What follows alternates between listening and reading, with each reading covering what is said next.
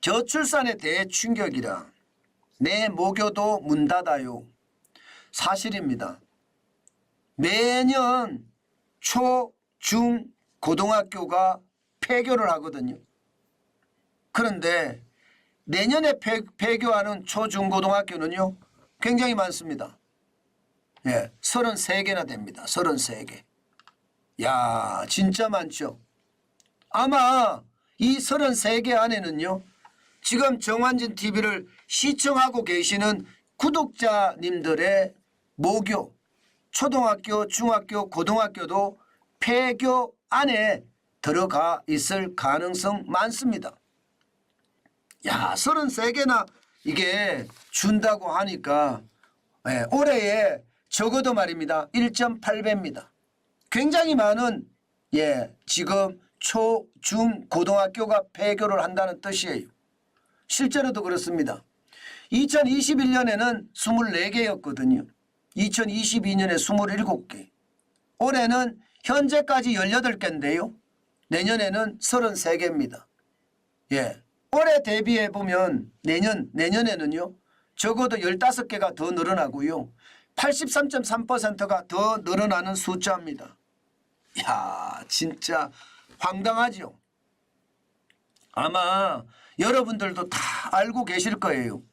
1970년대 제가 학교 다닐 때만 하더라도 시골의 초등학교, 외남 초등학교인데요. 외남 초등학교는 외남면에 있는 초등학교입니다. 전교생이 600명이 넘었습니다. 거의 700명 가까이 됐거든요. 지금요 굉장히 적습니다. 어떤 데는요 저는 외남 초등학교는 굉장히 한 자리 숫자로 내려왔다고 하지만 다른 데는 분교가 됐는 데도 많고요. 전교생 수가 2명, 3명까지 떨어진 곳도 많다고 합니다. 700명이, 600명이. 이제 전교생이 2명, 3명으로 떨어진 거예요. 그러면 어떻게 될까요? 폐교를 해야죠. 당연히 폐교를 하겠죠. 야, 이게 말입니다. 저는 굉장한 충격이 된다고 생각합니다. 문제는 이제 시작이라는 거예요. 이제 시작. 2022년에 대한민국 합계 출산율이 0.78입니다. 전 세계 1등이에요. 전 세계. 전 세계 최악이에요. 그러면 앞으로 초, 중, 고등학교가 폐업하는 것은 정말 더 빨라질 겁니다. 더 빨라질 거예요. 저는 그래서 되게 큰 충격이 올 수 있다고 생각을 합니다. 심지어 여러분, 심지어 서울에서도 폐교가 나옵니다. 서울에서 3곳이 폐업합니다. 폐교합니다. 내년에 3곳이. 경기에서도요 5곳이 폐교를 하고요. 수도권에서만 8곳이 문을 닫습니다. 8곳이. 세상에나 지방에서나 있을 일이라고 생각을 했는데 지방에서만 일어나는 것이 아니라요. 지금 서울 수도권에서도 일어난다는 거예요. 그만큼 말입니다. 인구 절벽이 심각해졌다는 이야기예요.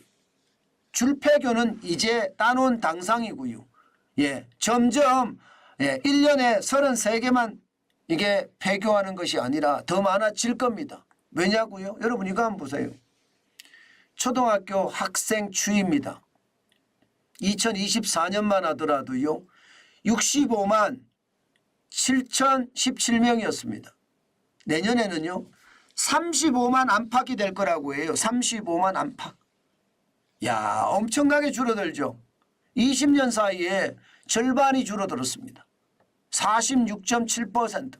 30만 7,017명이 줄어들었습니다. 학교가 이렇게 줄어드는데 이들이 말입니다. 학년이 올라가서 이제 쉽게 말하면 학년을 높여가면 높여갈수록 초등학교는 더 많이 폐교, 중학교도 폐교, 고등학교도 폐교, 심지어 대학교까지도 폐교할 가능성이 높아졌다는 겁니다. 와, 여러분 충격적이지 않으세요?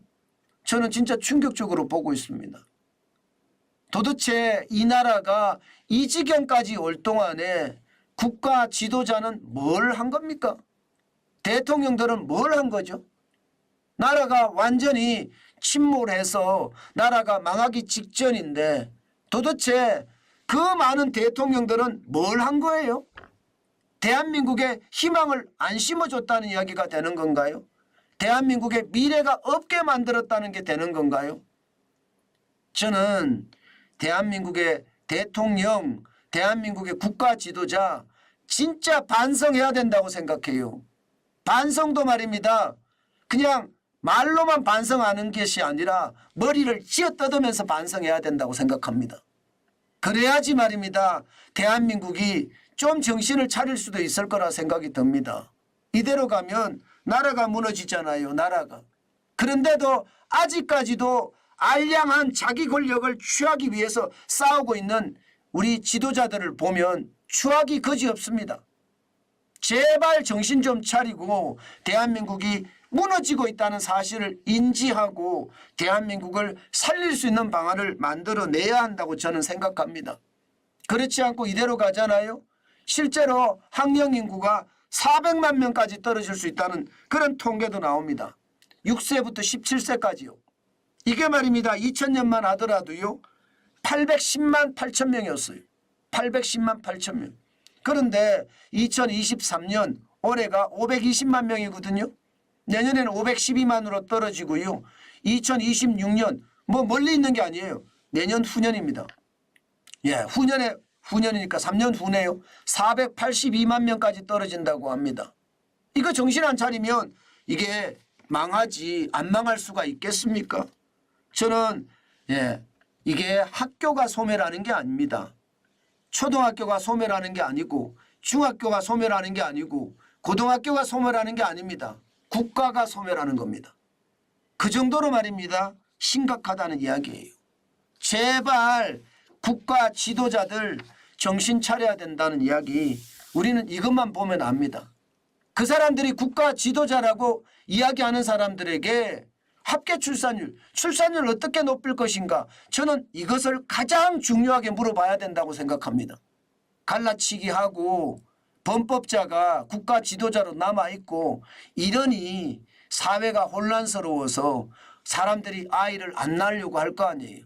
게다가 정책이라는 게 일관성을 가지고 정책을 펴야 되는데 들쭉날쭉 정책이 그러니 집값은 집값대로 폭등했다가 폭락하고 주식은 주식대로 폭락했다가 폭등하고 이런 문제들이 계속 발생하니까 나 아이 안 낳을래 이렇게 되는 것 아니겠습니까? 제발 정신 차려서 대한민국이 대한민국답게 대한민국이잖아요. 그러니까 대한민국답게 저는 올곧이 바로 세우는 일, 국가 지도자들이 먼저 해야 된다고 봅니다. 그렇지 않고는요 나라가 망해가는 것 우리는 보고 있어야 되고요. 보고 있을 때마다 저는 진짜 충격이 될 거다 그런 생각을 많이 해봅니다. 여러분들도 보시면 충격이라는 생각이 들죠. 저는 그런 생각 오래전부터 해왔고요. 나라 지도자들이 이 생각을 많이 해야 되는데 그렇지 못하다는 게 너무나 안타깝고 안타깝습니다.